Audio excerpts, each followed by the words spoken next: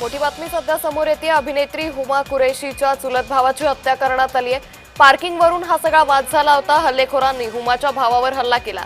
या हल्ल्यामध्ये आसिफ कुरेशी याचा मृत्यू झालेला आहे। राजधानी दिल्लीतून ही मोठी बातमी सध्या समोर येते। बॉलिवूड अभिनेत्री हुमा कुरेशीच्या चुलत भावाची हत्या करण्यात आली आहे। निजामुद्दीन जंगपुरा भोगल बाजार लेनमध्ये गुरुवारी रात्री उशिरा स्कूटी गेटवरून काढून बाजूला पार्क करण्यावरून हा सगळा वाद झाला।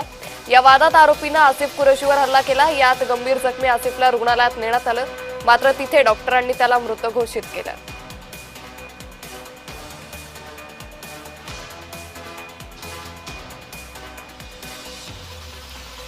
त्यामुळे पार्किंगच्या वादातून आसिफची हत्या करण्यात आली आहे। हल्लेखोरांनी आसिफ कुरेशी याच्यावरती हल्ला केला।